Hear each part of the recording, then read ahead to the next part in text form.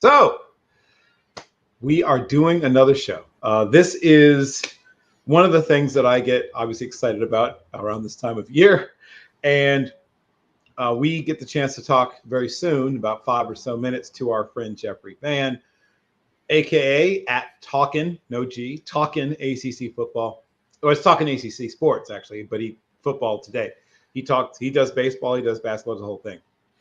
And two things. One is I had to, as I said, about the Big 12, remind myself recently, okay, who's in the ACC again? And of course, it is now one of the most inappropriately named conferences on the planet Earth. I don't know how else to put it. The only way it could be worse is they added like a team in, I don't know, Germany, Czechoslovakia. I mean, they've got some strange things going on geography wise. And while it'll be a slight challenge for football, I wrestled in college. I can only imagine what it's got to be like for, like, if you're a gymnast, a tennis player, a cross country runner, and you go to, let's just say, Wake Forest, and you've got an away game in California, away meet or match in California, and then you've got a 9 o'clock class on the East Coast the next day. It's well, I don't know. I don't want to be the old fuddy duddy, but I definitely could do. I wish they would at least break these things up. It could be the Atlantic Coast Conference East and the Atlantic Coast Conference West. I don't know. And then they, meet in a championship. I don't know. Whatever. Brock, we were going to talk ACC today. What things stuck out to you when you started researching for the show? I don't understand what direction this conference is going in terms of the outlook after this initial round of realignment. They seem like a kid without their parent in the store, abandoned, lost, scared, confused, maybe a little pee in the pants, maybe a little poo poo. I'm not exactly sure. The inclusions of Stanford and Cal was mind-boggling, to say the least. SMU's deal with them is even more mind-boggling. I don't quite know what is the benefit of the addition of these teams, and they're desperately trying to hold on to their bigger brands, Clemson, Florida State, so on and so forth. And it just seems like with every turn, they're the next Pac-12 in terms of who's going to get eaten up by the big boys. With that being said, the amount of draftable talent in the ACC right now is astounding. Yep. There is so many top players in that conference. I'm looking very forward to seeing how it shapes up in 2024. And hopefully it's a great product, because the conference as a whole seems to be deteriorating faster than one may want to admit. Well, I share, I think, everyone's concerns about the weirdness of this conference. But as you said, there's a lot of good players, a lot of good programs, a lot of good coaches, all to be had in this conference. So the quality of the on-field football and basketball and baseball product. And though obviously we don't talk about college baseball, but Stanford has a very strong, well, in fact, Stanford's strong in a lot of sports. They have a very strong swimming program, which we don't talk about a lot. They have a terrific women's basketball program, a solid men's basketball program, terrific baseball, pretty good softball. They're good, very good in track and field. So it also gives them a little more academic gravitas. And I think also, on top of all the things we just discussed, we can say that markets, right? What does SMU give them? I don't know if you've checked at the location of Southern Methodist University, Mr. Vieira, but they are located in one of the top four largest television markets in America. And then the Bay Area is somewhere in the top 5 or 6 television markets in America. Now, it doesn't make sense on any other level, but think about television ratings. And then it suddenly, what's the old saying? If something about what goes on in America confuses you, remind yourself that money is probably the thing that is behind it, and it'll all suddenly make sense to you. Is what I was told when I was probably maybe even younger than you, but somewhere in my late teens, early 20s, I was said to me once in a business class. No, sorry, take it back. It was a history class. Thank you, Dr. Tommy Boger, somewhere if you're still alive. Thank you so much for that. But I think that that's the real answer, quite frankly, Brock, is eyeballs and money. Which I could understand if we were talking about the areas. With all due respect to Alex Brown, who came on the show last year and was a phenomenal guest, nobody cares about SMU football. They don't. Thanks, Brock. I can't wait till I call him in a couple of weeks to try to bring him back on the show and he sees this. Thanks, Brock. Once again, it's for the first time in the 2024 season, I must give the college football forecast disclaimer that the views, opinions, and statements of one Brock Nakamura Vieira reflect only his thoughts, feelings, and statements. Do not reflect on the larger show or on Team MBS Media as a whole. You may now continue, Brock. I'm just saying, and honestly, who really cares about Cal and Stanford football right now? Oh boy. Okay, I know what you're saying. I'm just saying, like, location-wise, it's great. Well, the brand is the brand, and the brand is not branding in the wide aspect of things. So I just want to add that in there. Plus, like this SMU deal, they don't even benefit from it at all, really. Well, we'll talk more about this another time. Thanks, Brock. But SMU is resource rich and money rich. So money and resources still matter. Once again, as I said earlier, if you're ever confused about something happening in America, remind yourself that money is probably the thing that's causing it, and then it'll make more sense. But this is a perfect segue before Brock digs a deeper hole to our guest, our very, very special, very knowledgeable guest, Mr. Jeffrey Fann, who will fire lots of questions at in just a moment. Ladies and gentlemen, ships at sea, children of all ages, we are joined by the one, the only, talking no G ACC Sports, aka Mr. Jeffrey Fann. How are we doing, sir? Hey, doing good. Glad to be on. We're glad to have you. So Brock was just recently disparaging this conference you're going to come here to discuss, and I'm hoping that you will set him straight. The future of the ACC is admittedly, it's sort of the magic 8-ball thing where it says, somewhat unclear.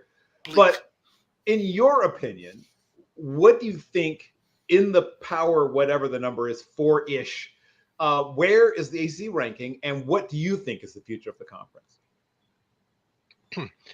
I mean, I don't think anyone would argue that the P2 of the SEC and the Big Ten, it's kind of pulled away from everyone else. Pac-12 no longer exists. The Big 12, losing its biggest brands. So I think you're kind of running, here and there in third.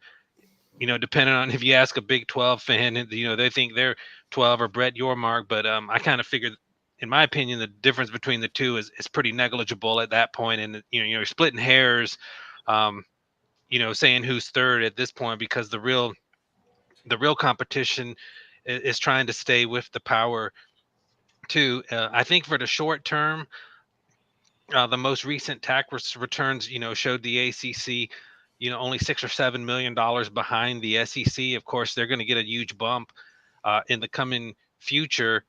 And I think for the next 2 years, you're going to be close enough to stay competitive. But when you really start getting beyond that, when the new deals for the P2 kick in, and of course you have the lawsuits going on with Clemson and Florida State, what I do think is that we're a lot closer to the beginning of these lawsuits than the end of them. The ACC is really dug in to fight the lawsuits that are currently going on. And I mean, I think, Florida State and Clemson, they're dug in, trying to look to their future. But like I said, I think we're closer to the beginning of this then we are the end. I don't see either school leaving. At the very, very, very earliest would be 2 years from now. And I personally am not looking for a resolution, a true departure of either of these schools until closer to the end of the decade, when the other power conferences have their media deals starting to come to a close. And we're still talking about jurisdictions in these lawsuits. We hadn't even gotten into the grant of rights. We hadn't even started talking into the merits, the settlements, this mediation that came out a couple of weeks ago. Most people think nothing will amount to that. That was just a court order, but I don't see either side giving in at all on that. So I think we're still some number of years away until we see major turnover in the ACC, but it's definitely not out of the question how the conference will look. But with so much changing in college athletics, uh, 3 to 5 years is an eternity. And who knows what it'll look like in 2029, 2030. But I think in the very short term, the next 3 to 4 years, you'll still see the current membership that you have. I don't see this getting resolved quickly. Okay, so I'm going to open it up to Brock, who was so kind as to ask some very serious questions about the future of the ACC a few months ago. Brock, so as we have, of course, Jeffrey, who's, I won't say his entire life, but a significant portion of his life, obviously, is centered around ACC sports and ACC's future. What questions do you have, my co-host? I guess I want to start with what steps are the conference taking in order to increase the prestige for the future, especially with what we saw with Florida State not being included in the college football playoff last season. Yeah, that's a really good question, because a lot of that is driven by ESPN. And what they need to do is they need to get a larger platform. I mean, they don't necessarily need like a Paul Feinbaum out there, just disparaging other programs and coaches at every opportunity. But they need this is something I think that the ACC and the commissioner should definitely push for, is a bigger platform on the national shows. There's really not a voice for the ACC that gets a national attention. There's some great regional folks. You saw it this week. Heather Dinich from ESPN put out some comments about the Clemson program not having, a quarterback, being maybe, I think she said they were also maybe the most overrated team in the top 25. And one of the ACC network personalities, Eric McLean, former Clemson football player, offensive lineman, he came out and he said, "Oh, that this comment is trash." They need more of that, actually. I mean, they don't need to necessarily go after any particular person or any particular conferences in that way, but they need more people getting their voice out nationally. We used to say, hey, if you win the games, it'll change the perception, and I'm not necessarily sure that's true anymore. I mean, the ACC did have a winning record against the SEC last year, and Florida State on their resume had a win over LSU, won at the Swamp with a backup quarterback, and it still wasn't enough. And I think we largely felt that a lot of it had to do with just getting Alabama into the playoff. Um, of course, winning games doesn't hurt, because you don't win those games, there's more opportunity to go after the conference. But I don't think you can only win games anymore, which is kind of counter to the whole concept of sports. But you have to be out there. You got to be out there and out front, like constantly, touting the perception of your conference. One thing I think the Big 12's Brett Yormark, has done a pretty good job of even though it's clear the Big 12 is trailing the P2 by a lot, but he's out front so often and so loud that some people think there actually is a P3, which is obviously not the case at all. But he's constantly out there, and I think you're starting to see that a little bit more from Jim Phillips. They had 4 days for the ACC media days in July. It was all over the ACC network. They touted themselves as the conference of quarterbacks, and it is a very good quarterback league. um, I think the ACC network is something that they have to continue to take advantage of. That was a conference network that at the beginning, the first couple of years, felt like it was a network that was about the ACC, not really for the ACC.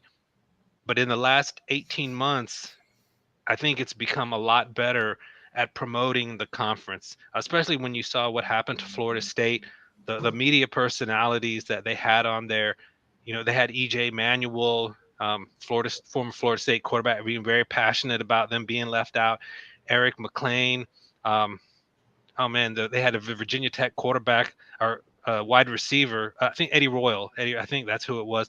Yes. Also being very passionate on there, and people got a lot of attention for it. So I think that's where it can start, and then they have to get these kind of folks push for them to be on the national um, media shows. It can't always just be Feinbaum and SEC apologists on these shows, and I think that would be one thing that would help.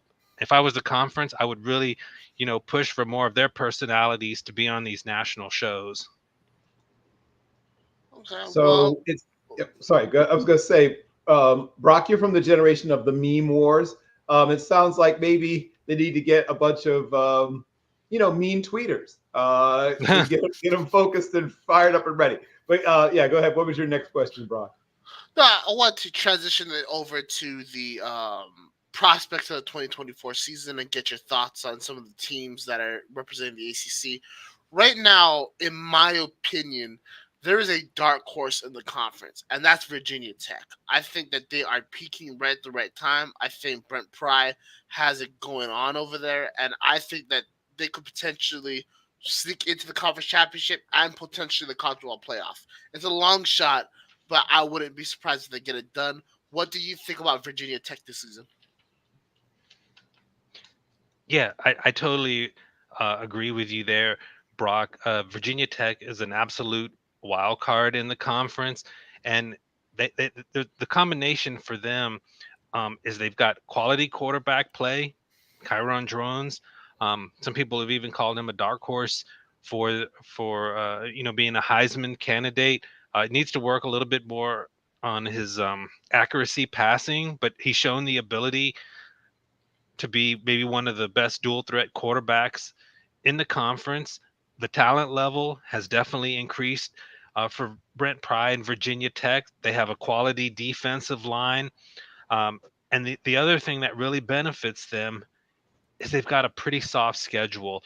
There's a real opportunity for them to be a lot like Louisville was last year, where they have maybe one or two games where they need to kind of show their credibility, but the rest of the schedule is quite manageable. And I'm taking a look at it right now.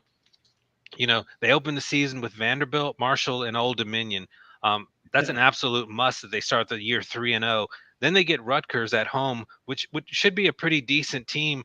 Shiano's got a pretty good Rutgers group there, but you get by that, and you could be 4-0 going to Miami. And other than that, you get Clemson at home. Um, if you could steal one of those two games at Miami, Clemson at home, then the rest of the schedule is pretty manageable with Boston College, Stanford, Georgia Tech could be dangerous, but that game's at home. At Duke and Virginia, it's really not out of the question that Virginia Tech, could go 10-2, 11-1, and be in that picture. I think they have a great opportunity at Virginia Tech with what they have coming back and that schedule. Well, I want to transition to another team that I think is a bit of a darker horse. I don't think that they're going to out of the same expectations for them, but I think that they could do some very surprising things this upcoming season. That's Duke. I think that getting Manny Diaz as a head coach, I think his defensive schemes are going to be a, a great benefit to the Blue Devils. I think getting Malik Murphy in is a great benefit to them as well. Solid dual threat quarterback. I think that they could pull off maybe 8, 9 wins this season. What do you think?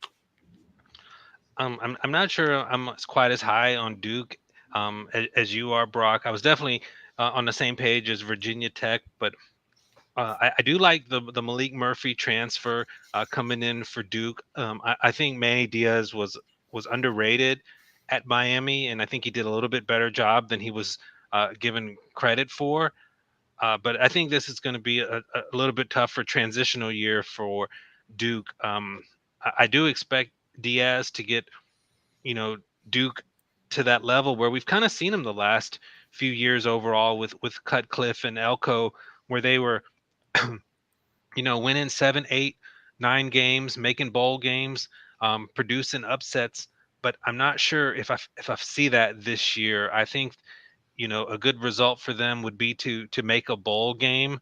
I think opening the season is not too bad with Elon. I think game at Northwestern could be tricky. You got Connecticut and Middle Tennessee, but then the schedule really ramps up after that.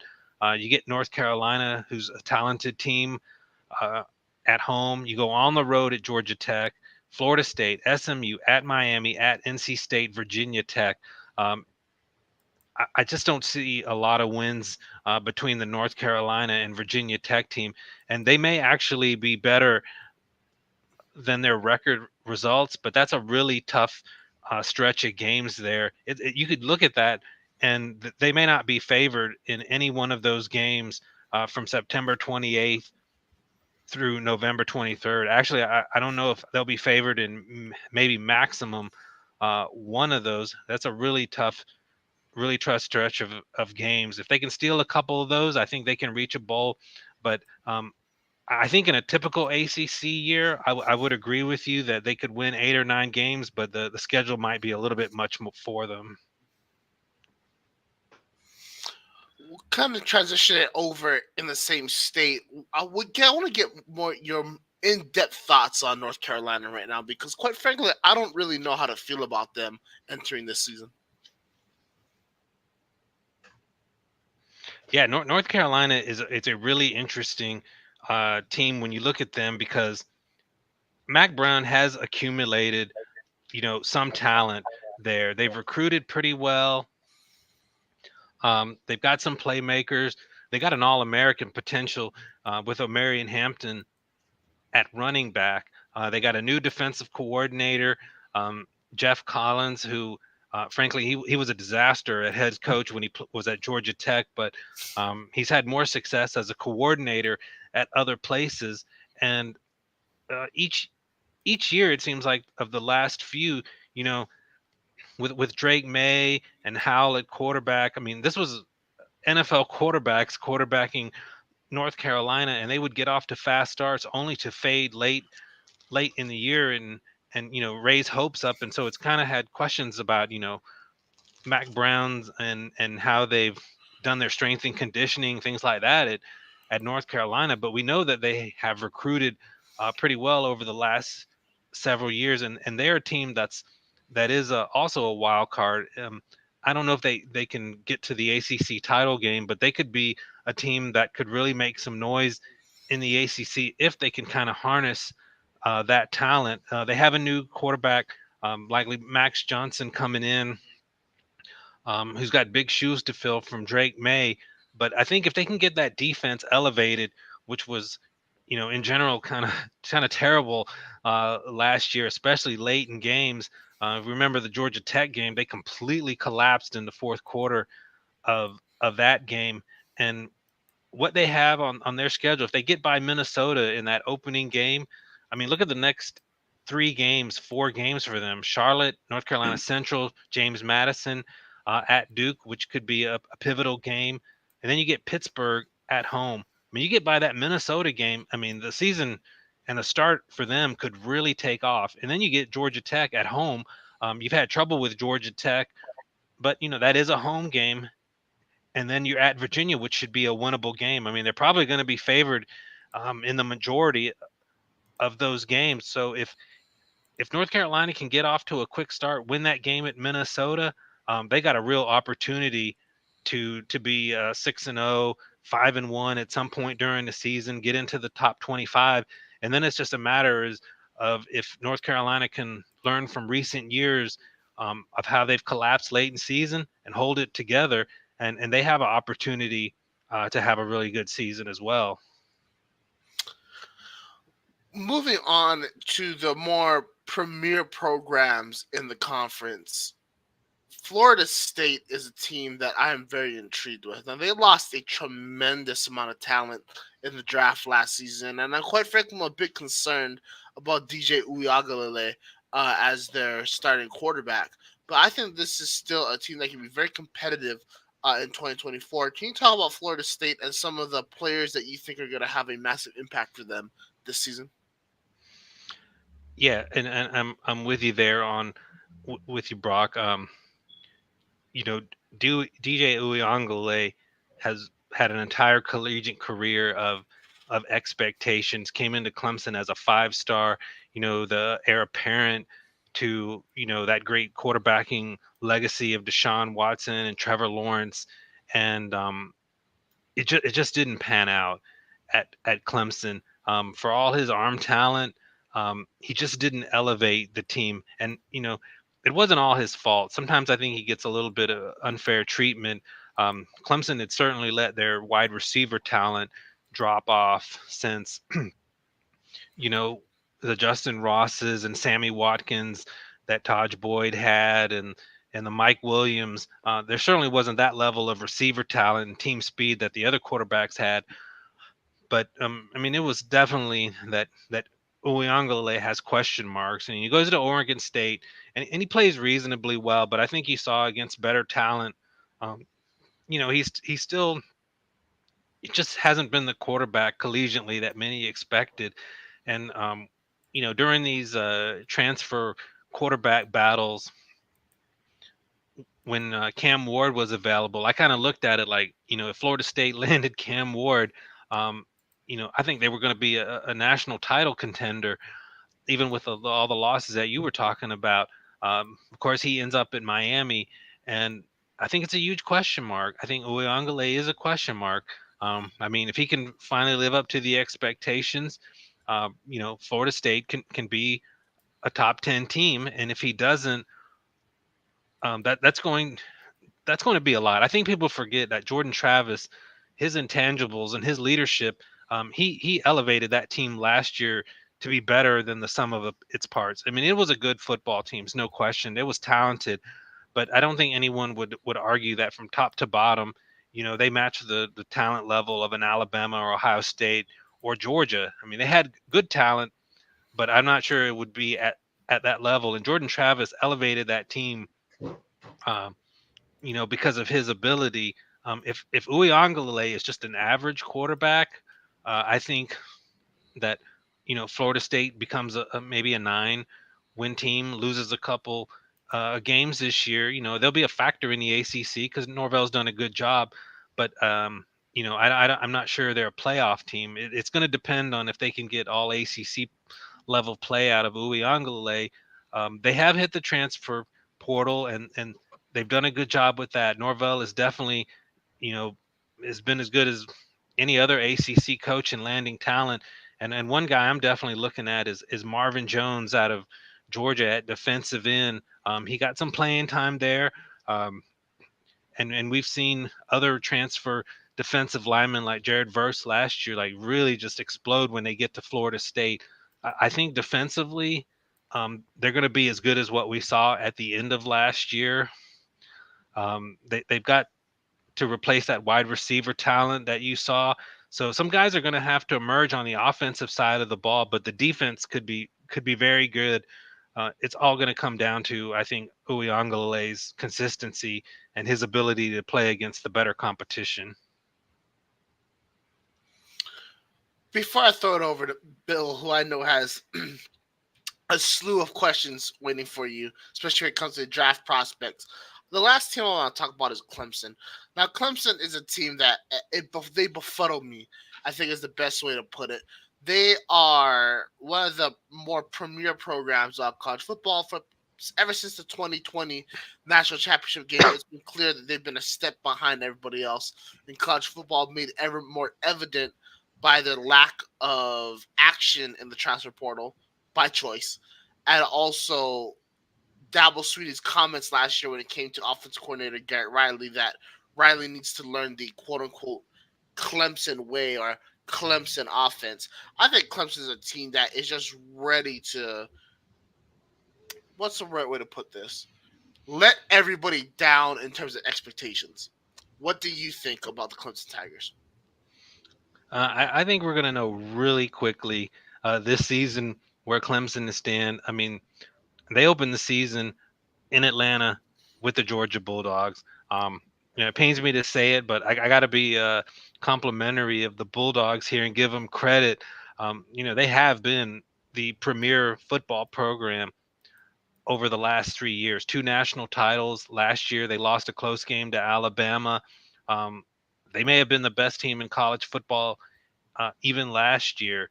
So we're going to know right out of the gate if Clemson, um, is on the verge of turning the corner, or if they're going to be a team that's what they've been the last few years, which is a good football team, but has fallen from the nationally elite among college football. And I think the biggest factor for Clemson over the last few years, um, there've been two things. The departure of Brett Venables, that was a defense that was, arguably the best college football defense over the previous, in the 2015 to 2020 season. They had accumulated so much talent. When you look at the 2018 team with Christian Wilkins on that defense and what they did to Alabama in that game, and I still think they have comparable talent to that level.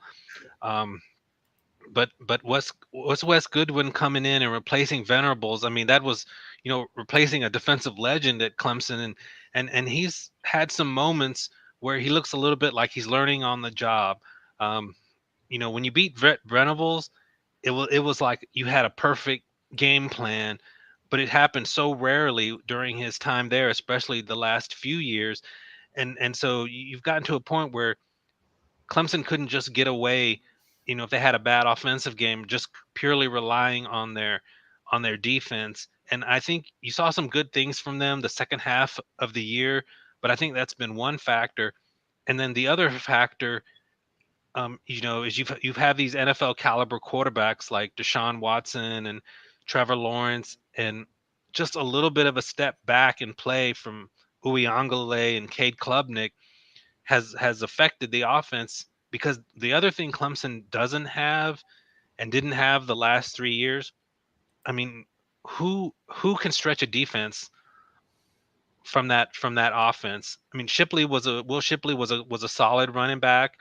He'll probably have a nice NFL career, but he wasn't he didn't stretch the field. There was no Travis Etienne out there. No Sammy Watkins again. No receiver that you just knew was going to catch the ball, stretch the field, that defenses had to focus on.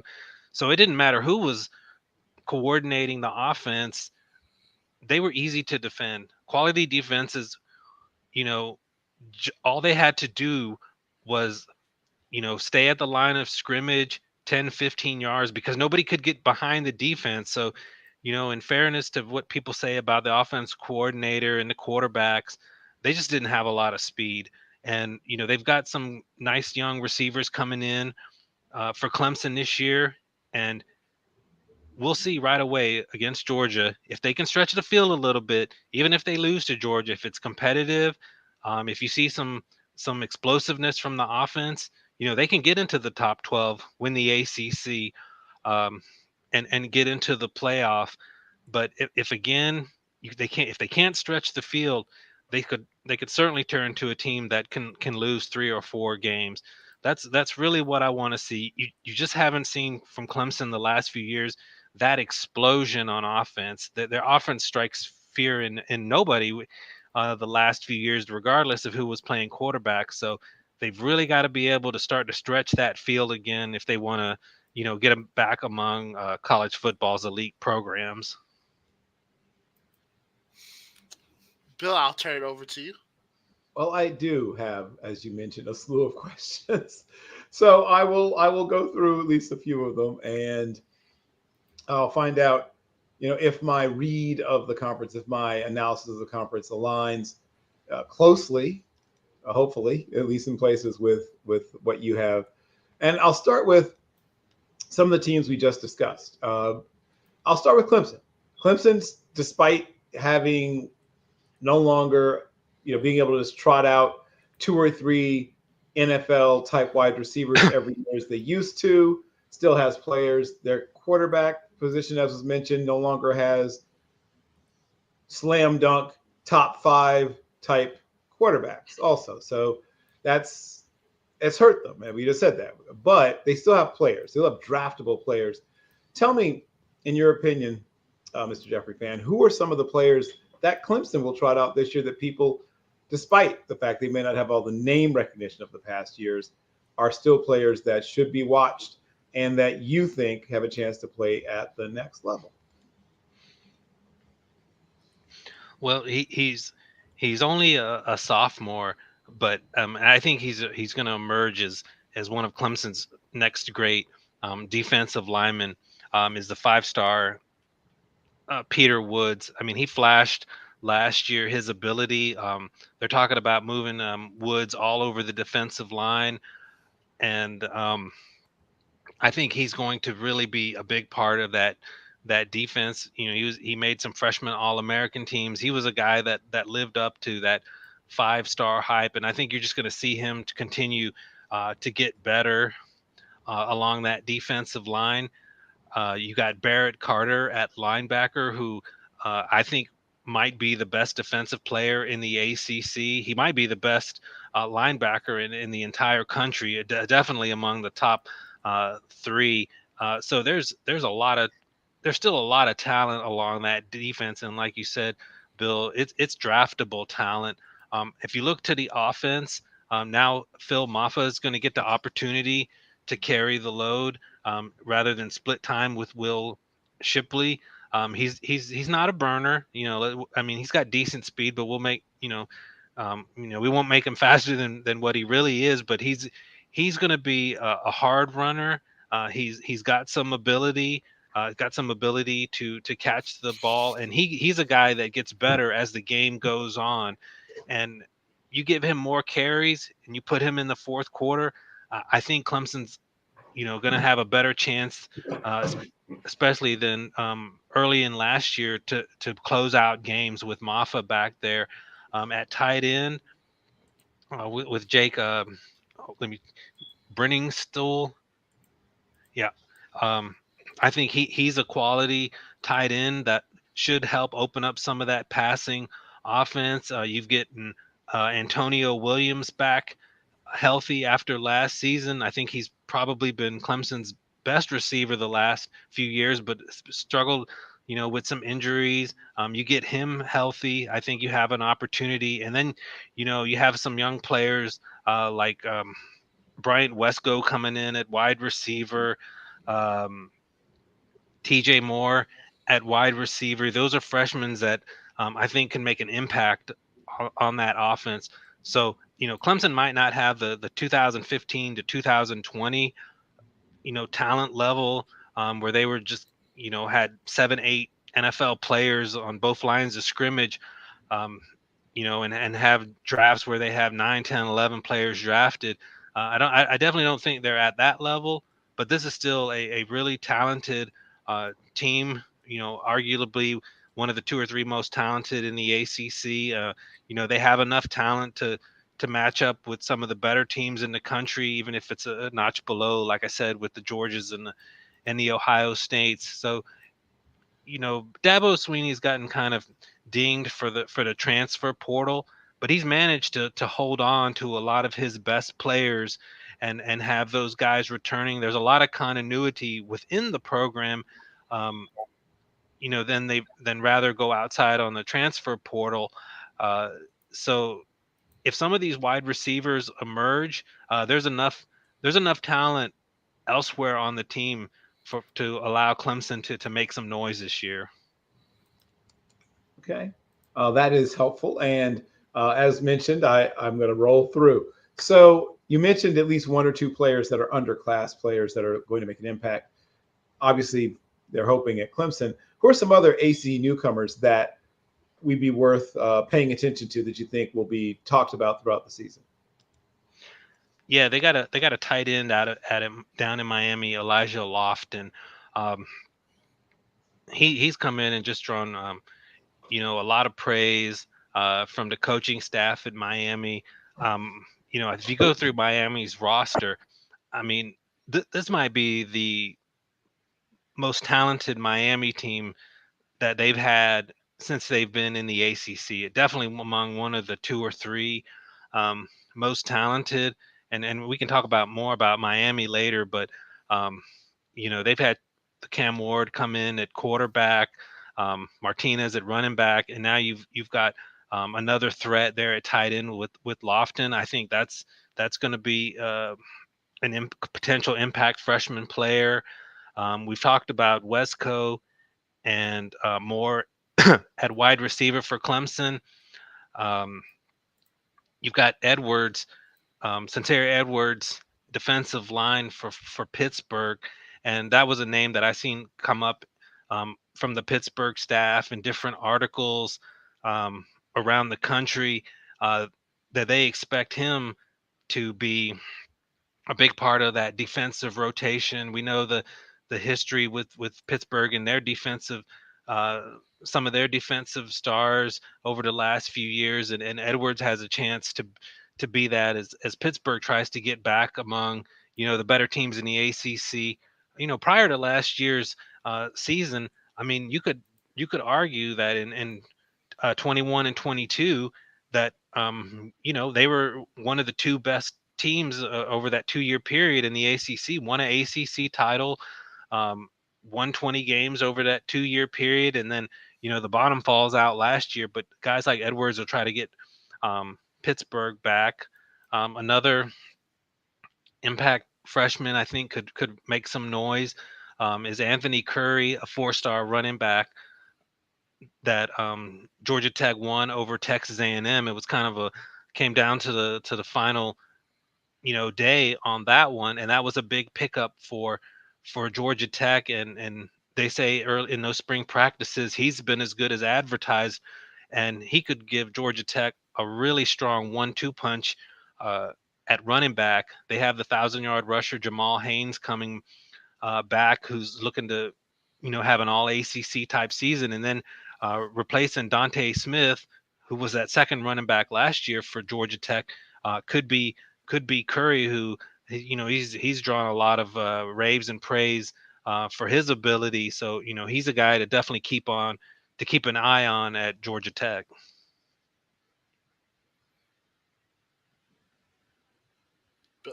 Well, I'm not too sure where my co-host went, but moving forward, there's a Bill. Are you with us?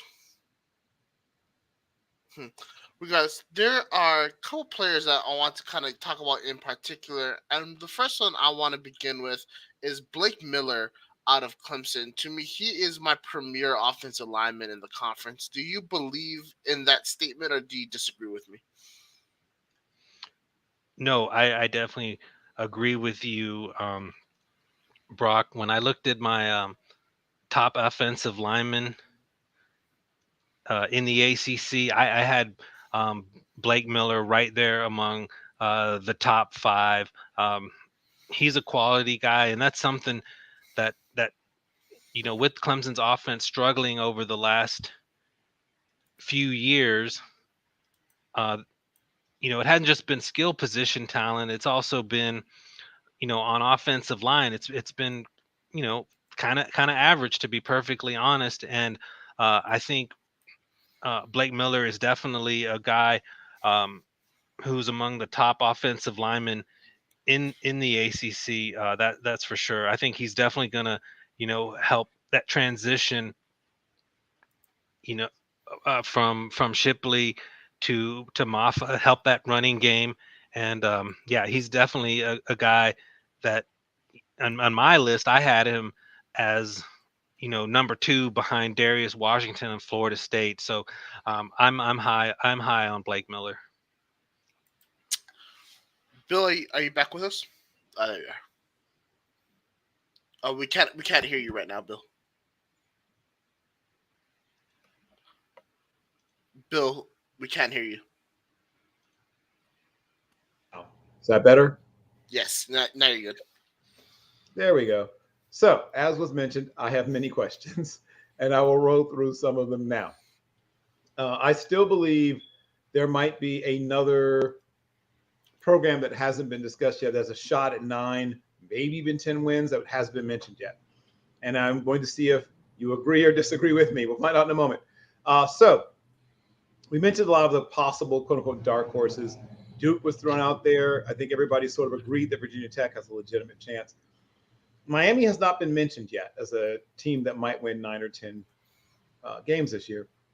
Do you think Miami might be a team that has that chance? Or, in your opinion, is there another team that we haven't mentioned yet that has a legitimate chance maybe to be a 9 or 10 win team in the conference? Yeah, I'm with you there, Bill, on Miami. I'm really high on the Hurricanes this year. Maybe I'm falling into the trap. It seems like most everyone says that every year about Miami. You look at their roster and you think, okay, this is the year. This is the year, and it never quite happens. But this team is legitimately talented on both sides of the ball. They picked up arguably the best transfer quarterback in the country in Cam Ward. Um, right there, I think he turns Miami into a 9-win type team. Um, you got a really quality running back in Damian Martinez out of Oregon State. Um, to fill in that spot at running back. There's talent along the defense, the schedule. Um, early in the season, once you get past Florida, allows for them to open up the season. I don't think with Miami it's going to be an issue of their talent level. There's enough talent on that team to make the college football playoff, win the ACC. It's going to be, what can Castrobel and that staff get the potential out of that obvious talent they have on that team. I mean, they had a couple games last year that they directly lost just on coaching failures. The Georgia Tech game comes to mind, and it wasn't just the running the ball that allowed Georgia Tech to have a final drive. I mean, they were only there was under 30 seconds when Georgia Tech got the ball back deep inside their own territory, and it was an absolute defensive debacle for them to lose that game. So I think one of the misconceptions of that game is that fumble was a single moment that cost them the game. It was a factor, but it was a defensive collapse on that final drive as well. I mean, you got to credit Georgia Tech for the drive, but when that catch was made, their receiver got behind the Florida State defense. There were three Miami guys, chasing the Georgia Tech player O'Leary. I think Leary was the receiver, and he catches it, and he's like 8 yards behind the Miami defense, and that's absolutely unacceptable. Um, at that time on the field, it wasn't like a crazy bounce that landed in a receiver's hands. He got behind the defense, and Miami lost games last year that were a direct result of just poor coaching. If Cristobal and staff do just a reasonable job of coaching, I mean, there's enough talent there, and if they do a great job of coaching, I mean, they could be a top 10 team. They go on the road and play at Florida, and I think we know that Florida and Billy Napier are in a little bit of trouble. That program has really struggled, and they're looking at this Miami game as a huge opportunity um, to try to get their season on track right out of the gate. If Miami goes into the swamp in a game that they should win. It's still a really dangerous game, but they should win that game. Still very dangerous. If they win against Florida, they got a great chance to start the year 4-0. Florida A&M, Ball State at South Florida. Then you get Virginia Tech at home, which that's going to be your pivotal game. But you got that down there, and you got a ton of momentum. Then you got a game at California you should win. You go on the road at Louisville. That'll be a tricky game. Louisville has a tendency to sometimes come up with these spectacular performances at home, but you have an opportunity there to go into the Florida State game with maybe just one loss or even no losses, and then you get that game down at the Orange Bowl. So Miami has a decent schedule set up. They've got enough talent. It's a matter of if Kostrobel and staff can get that team to play to its potential, because the talent is there. The talent is definitely there for Miami to be an absolute factor in the conference. So we have officially called up Mario Cristobal at least a couple of times, and he was a controversial selection amongst some.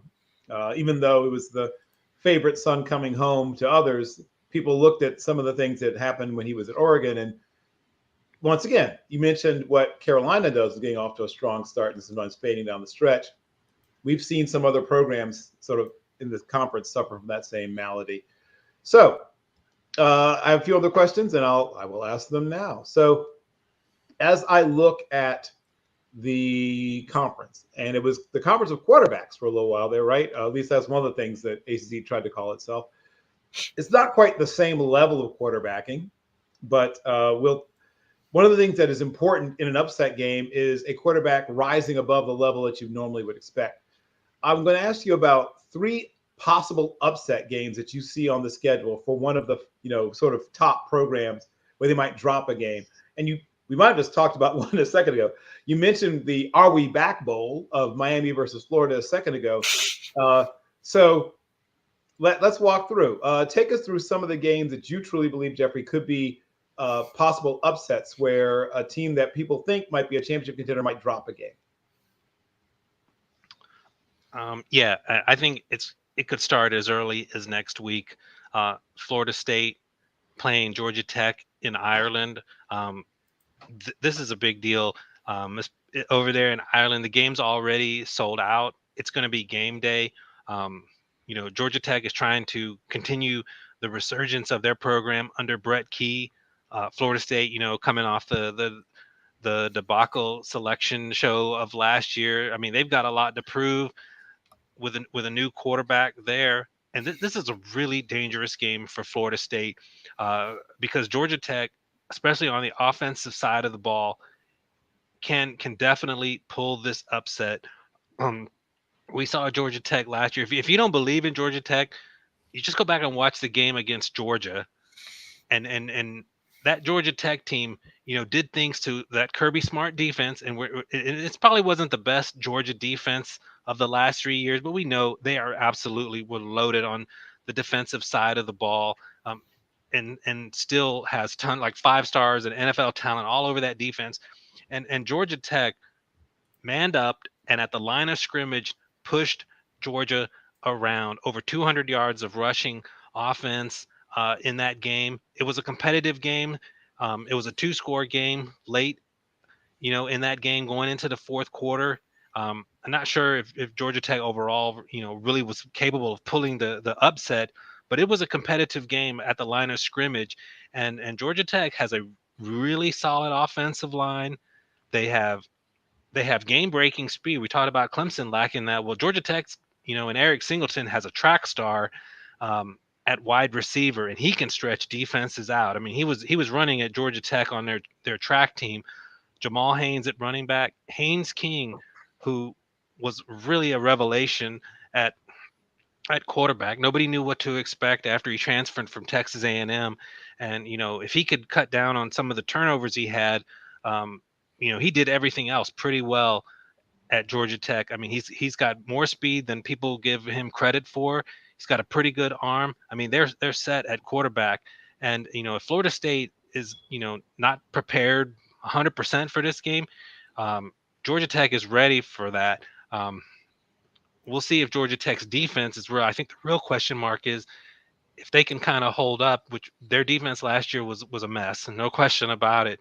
But they made a change at defensive coordinator, and if their defense can just come up with a halfway reasonable performance, this is a really dangerous game for Florida State, in my opinion. A couple of other games that have great upset potential: Clemson going to Virginia Tech. Uh, if Virginia Tech is the team that we've all kind of think they could be, I mean, this could be a massive, massive game there in Lane Stadium, and we could get back to one of those Frank Beamer type environments we saw in their heyday, where it just is crazy there in Lane Stadium, and Clemson just doesn't, even when we're what we say positive about them, they just aren't there where they can roll out and defeat quality teams without playing well.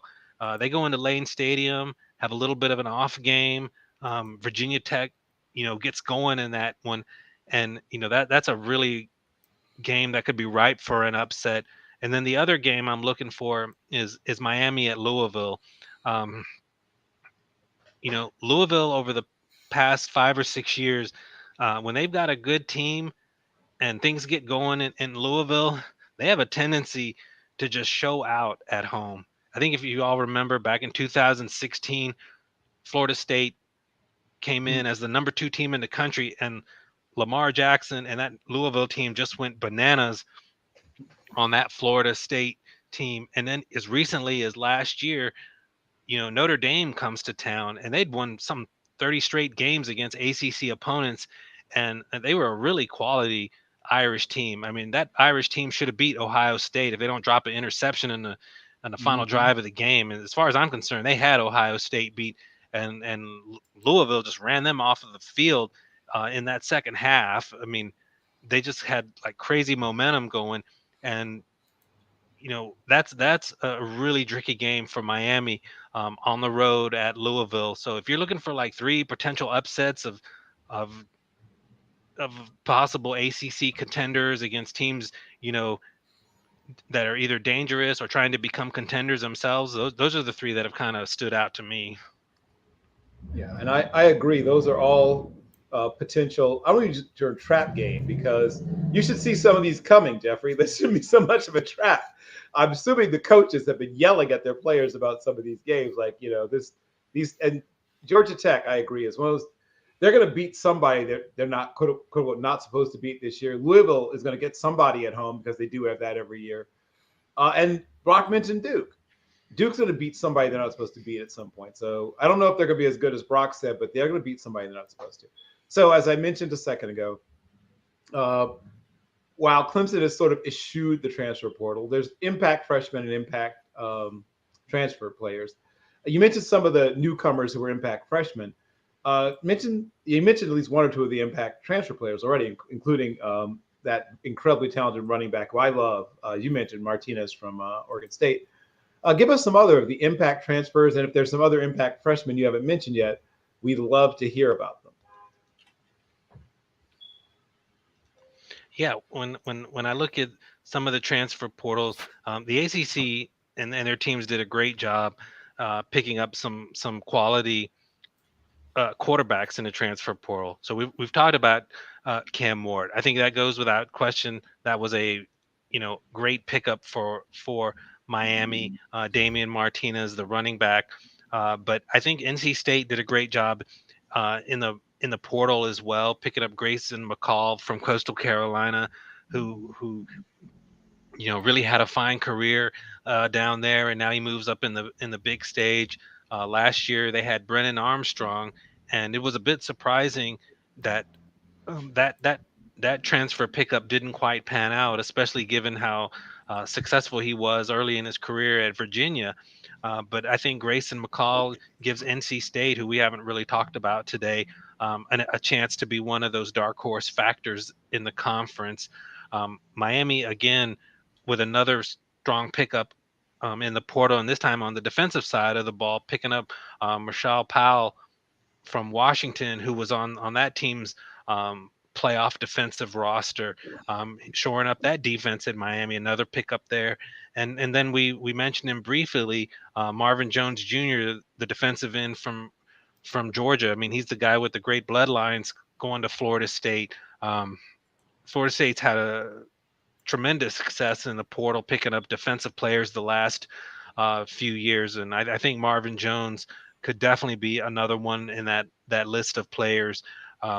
Malik Murphy, what Brock mentioned earlier. I mean, that was I was prepared to put Duke at the bottom of the ACC, and then they pick up a player like that of that caliber. That's going to be, your likely quarterback, and so, he turns Duke, who I felt like would be at the bottom of the ACC, at least into a far more intriguing team at quarterback. So the pickups at quarterback, especially in the ACC, were high quality. And then you got some of the other guys on the defensive side of the ball, like Powell and Jones too. Well, this, once again, segues beautifully. Great job with the way that sets up. Who are the top quarterbacks, top 5 or 6 quarterbacks in your mind in the conference this year, Jeffrey? Yeah, so on the blog, we also looked at like the top 5 quarterbacks, my allsportsdiscussion.com ACC blog, where we looked at the top 5 players in the ACC, and this is how I had them ranked in the top 5. And I had to leave off some really quality quarterbacks out of the top 5 list. But right now, going into the season, it's a little bit tough to not put Cam Ward at the top spot there at Miami. So I've got Cam Ward there. We mentioned Kyron Drones at Virginia Tech. I think he's got huge upside. He's just now starting to touch the surface of his ability. At the 3 spot, I had Grayson McCall at NC State, the Coastal Carolina transfer. He's got a ton of experience, high completion rate. I think he could have a fine season. Haynes King, who we mentioned a little bit, out of Georgia Tech. I think he's been a little bit under the radar compared to the other quarterbacks, but he did a fantastic job for the Yellow Jackets in that offense that during the second half of the season was nearly unstoppable. If they weren't turning the ball over, nobody was just outright stopping Georgia Tech in the second half of that season. Ask North Carolina. Georgia Tech just ran over them in the fourth quarter in that comeback. Central Florida, in that bowl game, they didn't even throw the ball late in that game. I think they ran it 20-something straight times, going back to the Paul Johnson era, and just ran it down their throats. And then what we saw against Georgia, that's what we were talking about it before. How's not Mike Norvell preparing, Florida State for that game? I mean, if I were him, I wouldn't show any other tape of the whole season of Georgia Tech last year. They got beat a couple times in surprise upsets to Boston College and such. But if they want to see the potential of what Georgia Tech can do, they just show that Georgia game on loop, and that competitive game. And Haynes King was guiding that offense. One of the newcomers at quarterback, in the ACC, Preston Jones at SMU. He was the catalyst behind SMU's 10-2 start to last year, and I got him in the 5th spot. But that leaves off some really good quarterbacks like Castellanos at Boston College. We don't even have Cade Klubnik on here, or DJ Uiagalelei or Malik Murphy. This is a deep quarterback league, but those are my top 5 on quarterbacks. Okay, got it. And yeah, I'm excited to see some of those players. And this shout out to our friend Alex Brown, who, of course, is responsible for Preston Jones landing where he did.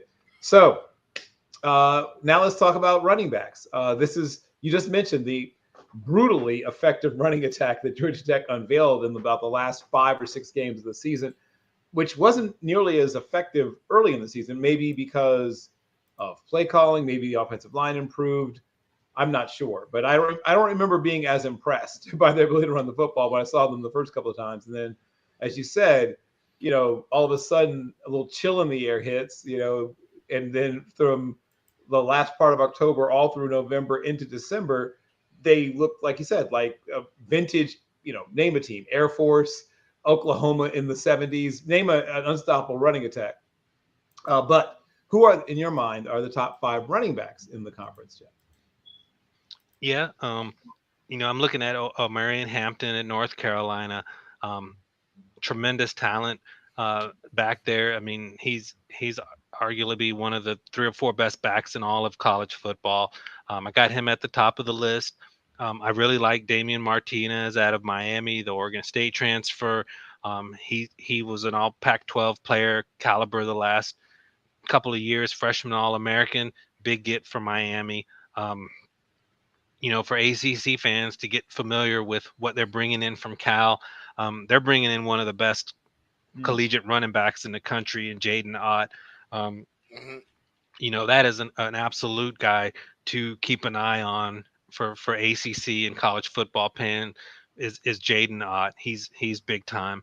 I really like Phil Maffa at Clemson. Um, like I said before, he's a guy who's going to get better as the game goes on. Just a battering ram kind of running back with decent speed, and I really think focusing on the one back instead of splitting time the way they've done the last couple of years is going to give that Clemson offense more continuity, which should help. So we'll see how he does in his opening game against Georgia and that defense. But I like Phil Maffa, and then at the fifth spot, I've got Jamal Haynes, the 1,000-yard rusher at Georgia Tech, and for all the reasons you listed, Bill. Georgia Tech's running game really emerged in the second half of that season, and I think it had a lot to do with getting comfortable with the offensive scheme under Buster Faulkner, the offensive line coming together, Haynes King being a running threat himself, and then Jamal Haynes becoming more consistent as the season went on. Um, he's a little bit of a smaller back, but he's definitely shifty, and he's a quality back there at Georgia Tech. Okay. And we'll just keep rolling. Wide receivers, and you can throw tight ends in there as well, since the dividing line between the two positions is thinner than it used to be. So, whatever. But the point is that people whose primary job is catching the football. Who are your five favorites, or the ones you think are the five best in the conference? Yeah, when I'm looking at wide receiver, um, the freshman All American Kevin Concepcion at NC State gives Hmm. McCall a great weapon to start with. Xavier Restapro at Miami. Miami, we're just going to keep talking about them and their talent level, and we saw him having a thousand yard receiving season last year. Um, Stanford, we people have talked about SMU, Jaden Knott there at Cal, and no one ever really talks about Stanford as they come into the ACC, but they got a really good receiver that you better pay attention to and account for, and that's Elick Ayomanor there at Stanford. He's definitely going to be the focus of their offense, and he's got size, good hands, another 1,000-yard receiver, and I've seen him going in as high as the top 3 rounds of NFL mock drafts. So keep an eye on him. Jacoby George, another player out of Miami, had a big season last year with nearly 60 catches and 900 yards, nearly 900 yards through the air. Keep an eye on him. I mean, Cam Ward's got weapons to work with. And then in the fifth spot, I have Eric Singleton at Georgia Tech. We're getting a good idea of the skill position talent at Georgia Tech as well. If it wouldn't have been for Concepcion, Singleton probably would have been the freshman offensive player in the year in the conference. He can stretch fields. He's one of the fastest players in the ACC, and definitely keep an eye on Singleton. When you look at tight end, I'm really high on Brenning Stool there at Clemson. Um, that this is the first receiver from the Clemson team, and I think Brenning Stool is really going to have a breakout season. Brian Nesbitt at North Carolina, they've got talent on that offense with at running back, but I think Nesbitt could be a big part of the offense as well. Syracuse, this guy, Arandi Gadsden, You might have called him Oh, the best tight end in the ACC before he got injured last year. And this he's got all American type talent. If he can return to his pre-injury form, Gadsden could be a huge weapon for Syracuse. A couple other guys I had, coming from outside of the conference, Corey Deaches from Cal and RJ Maryland from SMU, kind of round out my top 5 on tight ends in the ACC. yeah. I'm going to throw in the word junior, Oronde Gadsden Jr. For those of us who are of a certain Yep. age. We watched his father in college, and then Russell Maryland, aka RJ Maryland Jr., who of course his father was on a couple of national championship teams at Miami, and I watched him in college, and then later playing for his college coach when he got to Dallas. So Yes. yeah. Don't mean to interject, but it is my favorite time of the year when Bill takes us on a stroll down memory lane of all these great fathers and sons he scouted over his career. It Yeah, definitely warms my heart when we get an opportunity to do that. I'm keeping a close eye out on the Dorsett family because I think it's about time for probably one of the grandchildren to enter college. I think so. I might at that point get to a third generation. I'm going to keep an eye out for that. But uh, let's roll through. I have a couple more questions, and then once again, well, thank you so much for all of your time and attention. The offensive line position gets very little love and attention, except from, of course, people who scout and people who look at and people look at the offensive line. I mean, there's people that's the part of the game they love the best. It's a small group, but a vocal group. Shout out to my friends who love offensive line play. So, in your opinion, Jeffrey, who are some of the best offensive linemen in the conference? Yeah, I mean, we can start here at Florida State and Darius Washington, who topped my list of ACC offensive linemen. Um, Florida State should be really good on the offensive line this year, and the anchor of that group is going to be Darius Washington, who's spent time at pretty much anywhere on the offensive line, and was coming off a year that had him as a first-team All ACC player. Blake Miller, we talked a little bit about with Brock earlier in the show. I've got him as number 2. And he's coming off a third-team All ACC season. Looking for that first team, but he's a high-quality offensive lineman as well. Some of the other guys across the conference: Anthony Belton at NC State, another third-team All ACC choice. I've seen him, going in the second or third, fourth round of NFL mock drafts. He's a quality, really solid offensive lineman for NC State. Another Miami player I have on the list, Francis Marigoa, Mhm.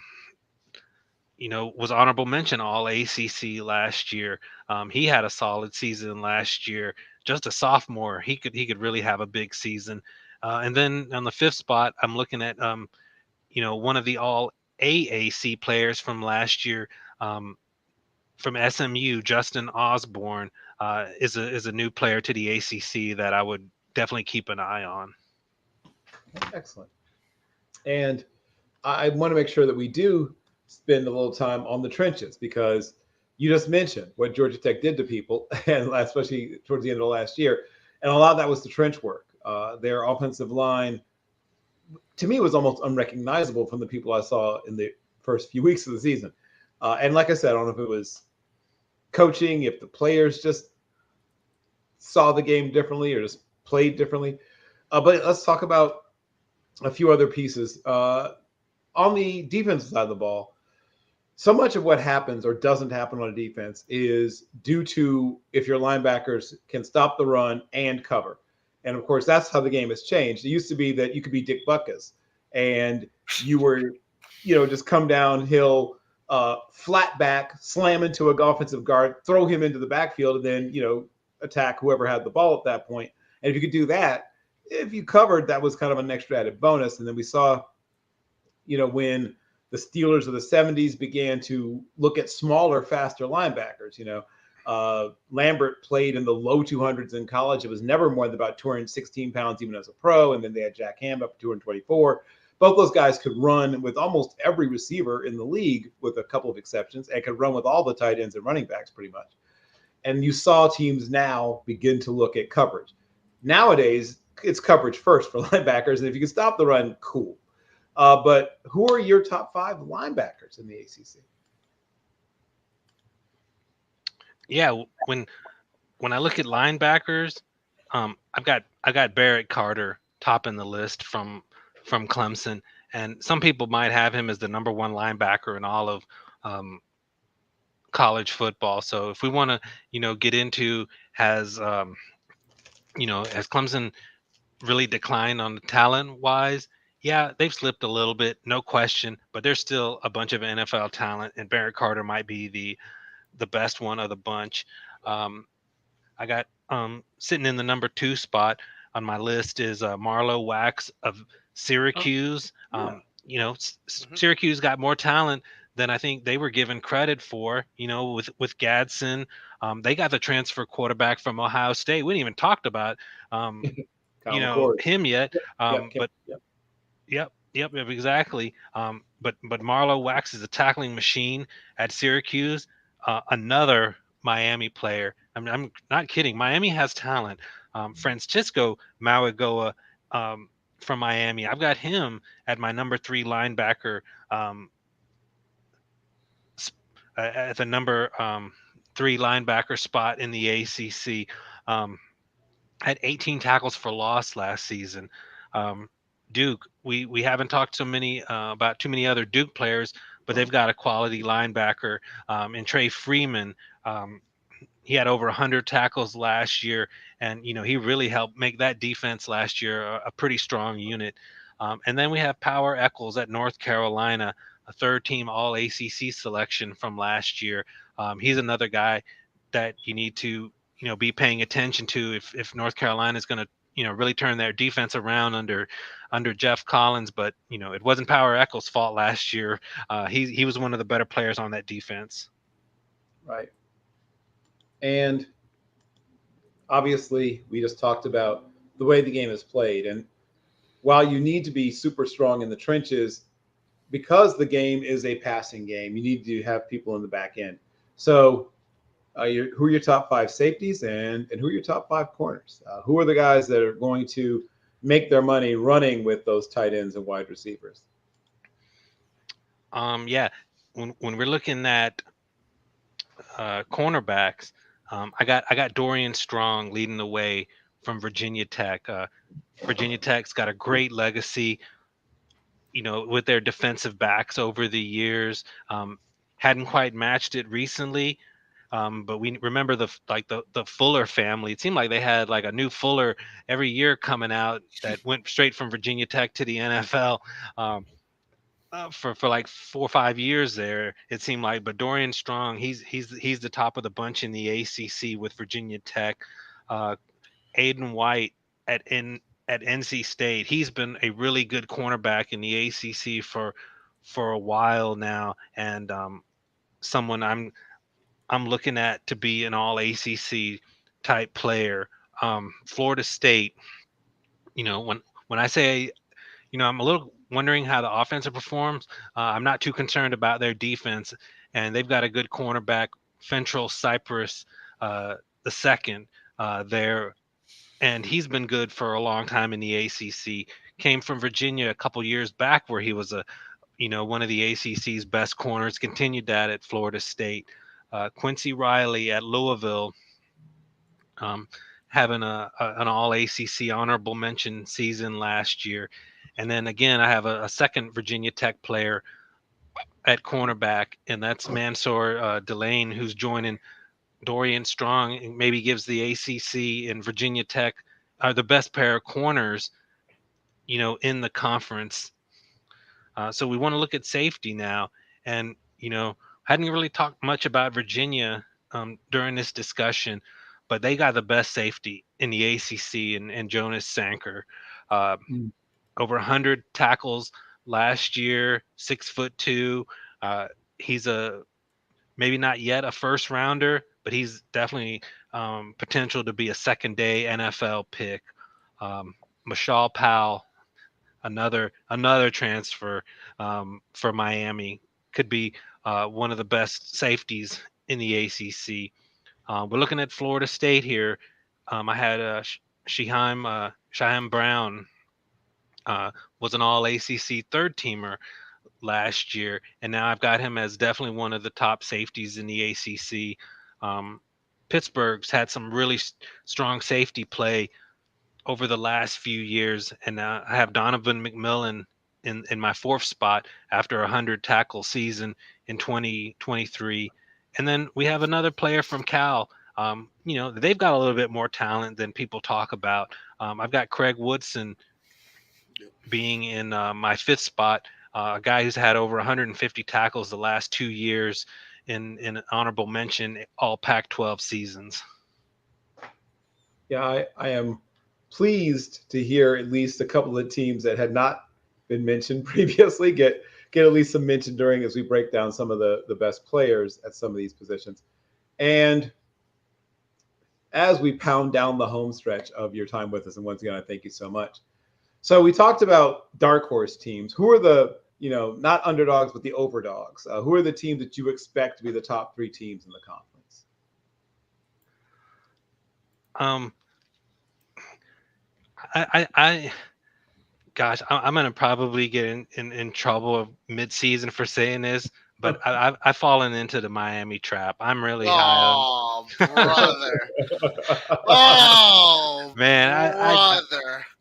I think I've fallen into the trap because I just look at this roster, and if Mario Cristobal just doesn't mess it up, this should be a really good football team. Um, I mean, I wanted to almost not fall into it, but when I was looking over ACC rosters, I just kept seeing Miami players, pop up, in my top five lists and in my group of players that I felt like were among the best in the ACC. Uh, so, oh man, watch him start the year like 4-3 or something like that, or and lose by a couple touchdowns in the swamp, and the whole thing's gonna be blowed up. But uh, gosh, if Cristobal just kind of stays out of their way, I really like Miami. Um, it's hard not to not have Clemson and Florida State in that list just because, from a pure talent standpoint, um, they're still among the two or three best in the league, no matter how you slice it. For them, it's just a matter of, I don't think they have as many coaching staff question marks as Miami does, but they have like, some personnel issues that if they can fill those gaps, they're definitely going to be right in the thick of things. With Clemson, it's, are they going to find, the type of players on that offense that can stretch the field? That's question number one for me. For Florida State, can they, find replacements to all that production that they had last year? And how do you replace Jordan Travis? I don't, from a talent standpoint, he was very talented, but I think Uyangale from a pure talent standpoint is still in the same ballpark of Jordan Travis. But is he going to have those leadership intangibles that Jordan Travis had? And then I really look at the maybe the next three teams that can make a run to the ACC title game. Virginia Tech, Louisville, NC State are probably the next three teams that I think I would have as being, really having the potential to get to that ACC title game if things break their way. Well, so I will take over.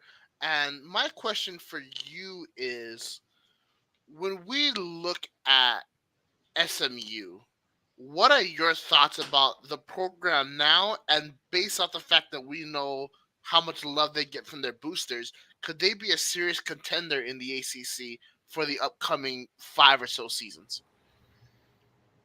Yeah, and I think that's certainly not out of the question. And I think the best example you can look to, how fast a group of five team can elevate once they get into a power conference. I mean, it's right there in Texas, in TCU. I mean, they were G5, um, just a few years ago, and they were in the national championship game 2 years ago. Yeah, they got run out by Georgia, but so what? They beat Michigan to get there, and I mean, I don't care what anyone says about their inclusion. They won a game in the playoff, and this was a G5 team just a handful of years ago. And I mean, if TCU can do it, there's no reason that SMU can't do it over the next few years. I think right now, some people have already kind of called them a dark horse in the ACC. That might be a stretch. If you look at SMU's record against P5 or now P4 opponents, over the last couple of years, it's honestly not really good. I think they lost all three games they played against P5 opponents last season. Um, but I think 1 through 22 in their starting lineup is going to be pretty comparable to the bowl caliber teams in the ACC. Where their issue is going to come in is they're going to have to build like quality depth. Uh, Behind that starting 22, we know they have some quality players. We've already mentioned several of them, during our talk today. Um, but we've seen SMU's had a tremendous boost in recruiting since they've joined the ACC. We know they have just money just rolling through that alumni base, and money's not going to be a factor for them. NIL is not going to really seems like it's going to be a factor for them with their deep pockets. Um, I definitely think over the next 3, 4, 5 years, um, you could see a given year where SMU really makes a real run at the ACC title game. And if you're making a run to the ACC title game, you're making a run to the college football playoff. I do not think that is out of the question by any stretch. Probably not this year, just due to the lack of depth. But over the next few years, absolutely, I could see it happen. Well, And that brings me. Oh, sorry. Go ahead, Brock. oh, no, so go for it, Bill. What were you gonna Oh, I say? was going to say, I have like two more questions. Do you want to fire off one more and then I'll hit him with my last two? Absolutely. So my last question for you, Jeffrey, is man, so many questions, so little time. Let's see, what is all right. I think we need to get into it because it's been kind of bugging me the whole show. I am very skeptical of your love of Miami. I Yep, know I understand why you love them. I I'm love Miami skeptical. too. Yeah. I'm skeptical of my love for Miami right now. Well, I mean, when you preface this by saying if Cristobal doesn't mess up, that's a pretty big ask. Yeah, Just already it is. It from the is. jump. But my question more is about Cam Ward. Now, Cam Ward, to me, he confuses me a lot because on one end you see the prolific passer, you see the guy with incredible athletic talent, with incredible intangibles, a guy that can make plays off book, you know, does all that. In the same breath, I've seen defensive coordinators throw him into a washing machine because it looks like he's running in circles for his life and not really playing with the structure of the offense. Do you share some of these concerns, or do you think that was just a byproduct of the Washington State offensive structure? Yeah, I don't think Washington State, had the depth of talent of what Miami is going to have this year. So I think that sometimes led Cam Ward to freelancing um, a good bit, and I don't think he's going to have to do as much of that. Um, it could be a stretch, but you could kind of see the growth of Cam Ward could be similar to what you saw from Jaden Daniels at LSU. Now, I don't want to put them in the same sentence because Jaden Daniels might have been he won the Heisman Trophy um, last year, and he got to the point where he was basically almost unstoppable at certain points last season. So I don't want to say that Cam Ward's going to be that kind of player, but um, in a little bit more um, talent laden offense that he has at Miami, um, you could see like kind of a similar um, level of growth for Cam Ward from what he was doing at Washington State. I mean, Jaden Daniels came out of the Pac-12 too, and then just grew into this unbelievable player at LSU, and he was a player, coming from out there, a little bit known for his freelancing, but with tremendous athletic ability. Um, so I could see Cam Ward taking that kind of leap, but again, I have to press everything when you talk about Miami is, can the coaching staff, can they harness that? Um, that's what it all comes down to. Talent wise, he's got it. Talent wise, Miami has it. It's that coaching staff that we got question marks. We just can't, feel confident enough. There's just not enough evidence to say, hey, no matter what Miami has there, their coaching staff's going to get the most out of them. That's the elephant in the room with the Hurricanes right now. But if you'll see it, if you start if you start seeing Cam Ward just like freelancing left and right, then you gotta wonder like what's happening in the locker room, from Sunday to Friday and practices and stuff. And that's a fair and a definite look at what Miami, if you want to limit, and be skeptical of where Miami could go, you got to look at what's happening in those practices and how they're pregame planning and stuff.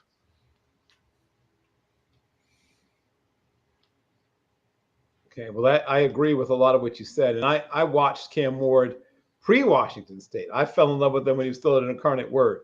So my love of him goes back to his FCS days. But I have a couple more questions. Brock, was that it for you? Yep, that's good for me. Okay. So we talked about the top three. Well, you can't have a top three without a bottom three. So who do you think, Jeffrey, are the teams that will be those sturdy teams that will hold up, that will support the rest of the ACC on their sturdy backs?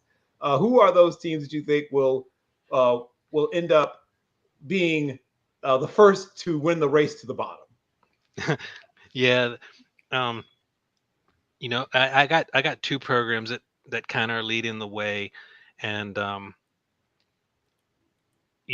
they're just not like awful football teams, but I think there's a lot of like bowl caliber level ACC teams and up, and someone's got to bring up the rear, and it's hard not to say that it's going to be Stanford, for example, who really struggled in the Pac-12 last year.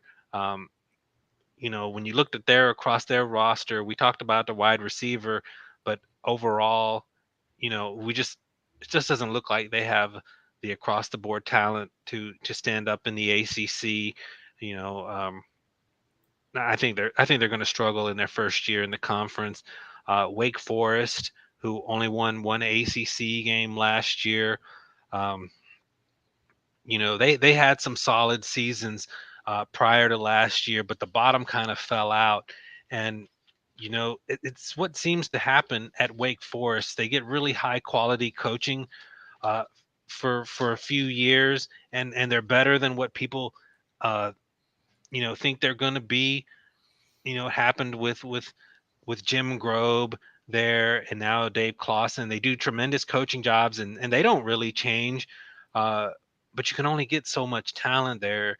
It seems like at Wake Forest, and other teams start to figure out what they do, and it really takes a lot for them to kind of rebound again until they change their system. And it's hard for me to see Wake Forest really escaping from the bottom of the league.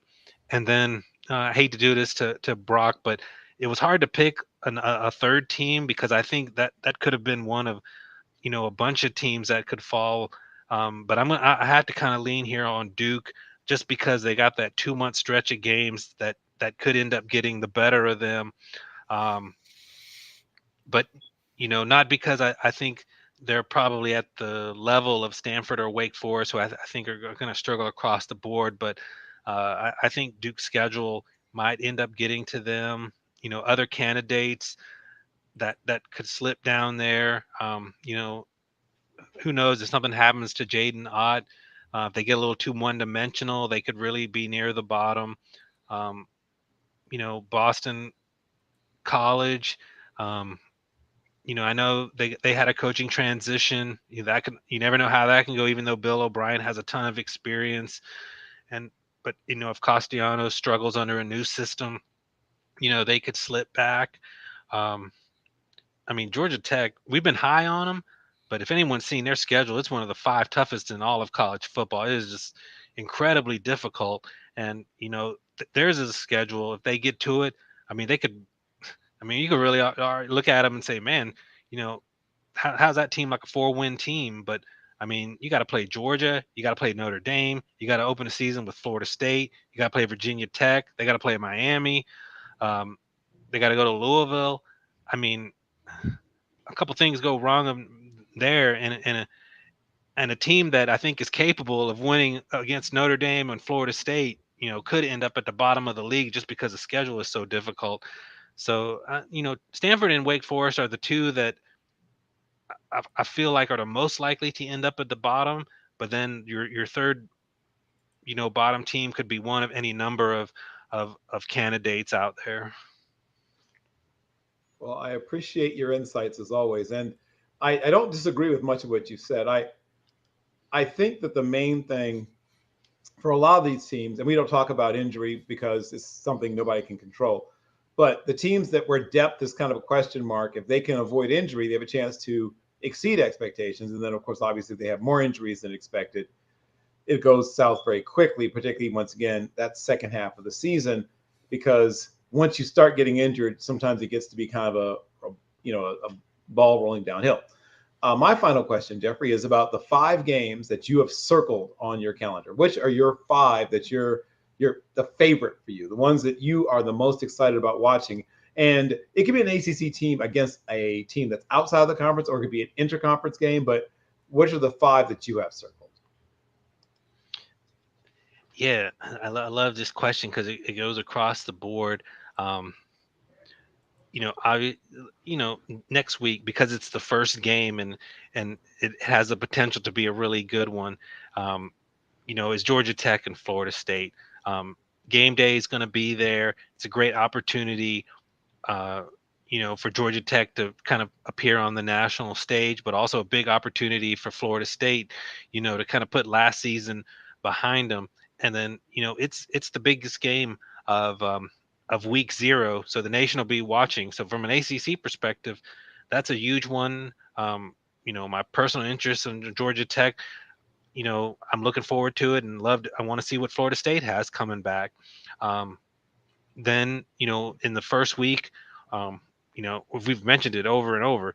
Got to see, is Miami for real? There's your chance. You're playing a kind of an average Florida team, but one that has got enough talent to, knock you off in the swamp. We're gonna find out right away. Is Miami for real?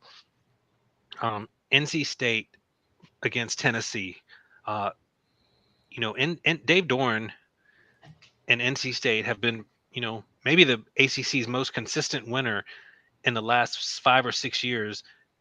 Consistent outside of Clemson, but they still have. There's a couple things that Dave Doran hadn't been able to do at NC State. One, pick up a signature out of conference win so that people outside of the ACC are really looking at them. I mean, I know they beat Clemson 2 years, 2 of the last 3 years. They beat Florida State. Uh, they beat Notre Dame a few years ago, but that was like a 4-win Notre Dame team. But you beat Tennessee, who's going to be top 20 in Charlotte, North Carolina. You're going to have everybody's attention. Um, NC State's not going to have a better opportunity to get on the national stage, than a game like that. And they've got enough talent to beat a Tennessee. Can they pull through though? That's a monster game for Dave Dorn and that program. Try to really go from being like merely good to being potentially great. Conference wise, I think you always got to look at Clemson and Florida State. No matter how their seasons, you know, look or what's going on, they're still going to be the two most talented teams in the ACC this year, and the winner of that game has an inside track into the title game. Florida State having to go down to Miami. Even last year when Florida State had their great season, it was a competitive game with the Hurricanes. And that's another huge one. And that has a potential to kind of give us that, 1990s feeling when Miami and then Florida State were, at the top of college football. So that's a game I'm looking forward to.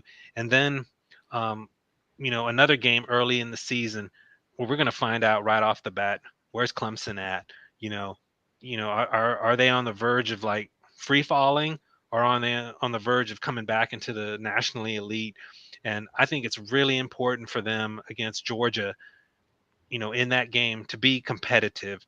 With the new makeup of the college football playoff, they don't have to win that game, but they gotta be competitive. If they go in there and just, Georgia wipes the floor, with them, and it's some kind of like, 34-10 type game. I'm not sure if Clemson can, you know, at any point the rest of the season kind of restore that credibility to their season, because there's just not many other opportunities, to really show they're among the very best in the conference. They can still get back to the playoff, but that's a game where, of course, it's best if they win. But I mean, I'm not sure Carson Beck and Georgia and that program the way it is right now. It's really hard to see Clemson coming out of there with a win, but they got to be competitive. And we saw Georgia Tech be competitive with Georgia. We've seen Auburn, South Carolina be competitive, late into the games with Georgia. So it's not impossible that they could have a competitive game. But, if they go in there and the final score is 24-14, 24-17, I think you're going to feel a lot better about Clemson, going forward the rest of the season. So that's a measuring stick game. Absolutely, for the Tigers. Excellent. Well, Brock, if that's all that you wanted to ask, that satisfies my questions. Mr. Jeffrey Fann, you are one of my favorite people in this world of talking about college football, and particularly when it comes to the ACC. Could you please tell everyone where, sir, they can find your work, where they can follow you, and what you have coming out next? Yeah, you can find us blogging on the ACC at allsportsdiscussion.com. We have our own weekly podcast that I have with the Twitter account is All Sports DACC. My co-host Matthew. We've been going through our ACC previews. Now we're looking a little more into the college football season, and giving us one more week of ACC previews this Sunday. So keep an eye out for that. You can find me at Talkin ACC Sports. That's at TALKIN ACC SPORTS. And yeah, really enjoyed being on the show. This was definitely one of the most thorough ACC Q&As I've had during the off season. I mean, I had to be ready. You guys had great questions, and your knowledge of the ACC is pretty strong. So I know if I was not ready, you would be like, what is he talking about? So I really enjoyed it. Well, we know you're going to always bring the ruckus, so we always try to prepare as well. And I grew up in ACC country. I grew up in Virginia, so I've always had an affinity and a love for it. One of my old high school teammates went to go. Of course, Virginia Tech wasn't in the conference at the time. Virginia Tech was not even in the ACC at the time that I came out of high school. But I had a friend that played there, and it was the ACC has always had a strong hold on the part of the country where I grew up. I grew up in both Virginia and North Carolina at various points. And I remember growing up, football Saturday for me always began with the Jefferson Pilot, the old Jefferson Pilot, sail with the pilot at the wheel on the ship that's dirty from its mast to its keel. Yeah, I grew up straight up memorizing all those things because that was how football Saturday began for me. Nowadays, kids can watch games from everywhere, right? It wasn't like that when I was growing up. You got, a national game on ABC. You got your local games, sometimes 2 local games on the Jefferson Pilot, television network for the ACC. And then you get like a game of Notre Dame versus somebody on NBC.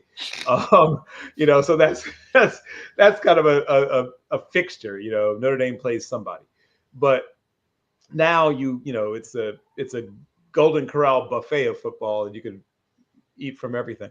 But we will definitely bring you back before at least one of the big games later in the season. Maybe, I don't know. We'll think about it. There's one or two games that when you went through your top five, thought, which one to bring Jeffrey back for? I think people are somewhat sleeping on the ACC as a conference. And once again, I am somewhat prejudiced. I acknowledge that. But I think there's one or two teams in the conference that will exceed people's general expectations. And it could be Carolina, it could be the aforementioned Georgia Tech, maybe even Duke, Brock. Maybe this is the year that Duke puts it all together and takes a run. But I think one or two teams in the conference will be in that 10-win area, right? In addition to the teams everybody's expecting. At least one of the teams everybody's expecting probably won't be as good as expected. At least one of the teams that people are saying like, will end up getting hot. But that's how it is. College. That's why we like college football, because it's not as predictable as some other things. So I will be checking out everything that you do because, Jeffrey, you're very good at what you do.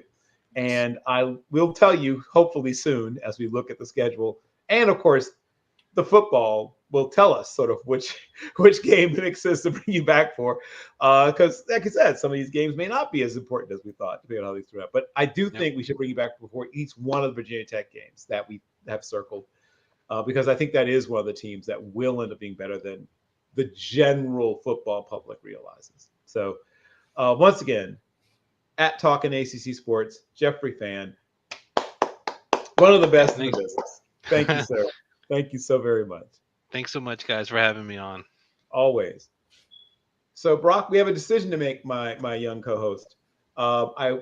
During one of the sort of semi breaks, I ducked away to good to see you. We'll see you soon, Jeffrey. I ducked away to blow in a call to the SID at San Jose State. They have about another 37 minutes and change or so of practice. We can either stall for that amount of time until because that's what the fans came to see.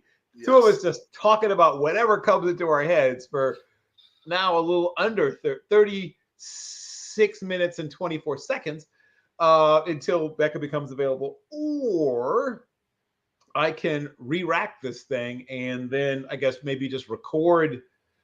And if you're available, you're welcome to be with us as well for that, and then maybe post it as a separate non-show video. I'm open to either one. You know me, I will just talk football until I pass out. Yes. I have no problems. I think for everyone's sanity, we should probably call it here and then restart in about 36 minutes and then have a wonderful conversation with the fine folks down at San Jose State. That's exactly what I thought you would say, because despite being young, you were quite wise. So that's what I will indeed do. So it gives everyone a chance to, shower, eat something, whatever it is you do to get ready. We'll be joined by the amazing Becca Perez, who, amongst others, she made the 30 under 30 list for football front office personnel to watch. And San Jose State's lucky to have her, and they know that. I don't know if this is where her career ends. I think she may at some point be someplace else in the future, but she is one of the most bright, hardworking, and talented young people in college football, and I'm super excited to hear her tell her story. So what we'll do then is we will take a pause for the cause, as the kids say, and then I will come back. So for Brock Vieira, darn it, I had it. There we go. For Brock Vieira there we are. and Bill Carroll, this is part one of College Football Forecast, and then as you said, we'll take a break, and then I will check in with the SID at San Jose State to find out exactly when they wrap practice, and then we'll get some bonus College Football Forecast with another super, super amazing special guest, Becca Perez of San Jose State. Once again, Team MBS Media is doing things that nobody else tries to do, probably. I would imagine Paul Feinbaum isn't calling Becca Perez. I'll tell you that much. That's very true. And once again, we here at Team MBS Media believe in the inclusion and success of all. So stay with us for much more groundbreaking content with groundbreaking individuals. Also, like and subscribe to our channel, Yes. please. Thank you. Yes. Like, subscribe, and whatever the other thing you can do. Oh, share. Share it. Send it to your Share. grandma. Send it to your friends. Yes. Send it to that person who dumped you, and show them that how much better you're living now than you did before. Right? All Let them because of know. the college football forecast. Yes. Yes. But it comes right We have because picked now you you up got that. from the slop that was your life of heartbreak, and we have ascended you to the throne of humanity because you have watched this show with us today. Yes. And so, for those of you who are true diehards, I will see you again in like 35 minutes. For those of you that decide to live lives, I mean, that's cool too. Then you can later check it out, I guess, on our YouTube channel, which you should definitely like and subscribe. Once again, Bill Carroll, I am the host of College Football Press. That amazing young gentleman there is the babyface assassin, Brock Nakamura Vieira. And we'll see you again soon.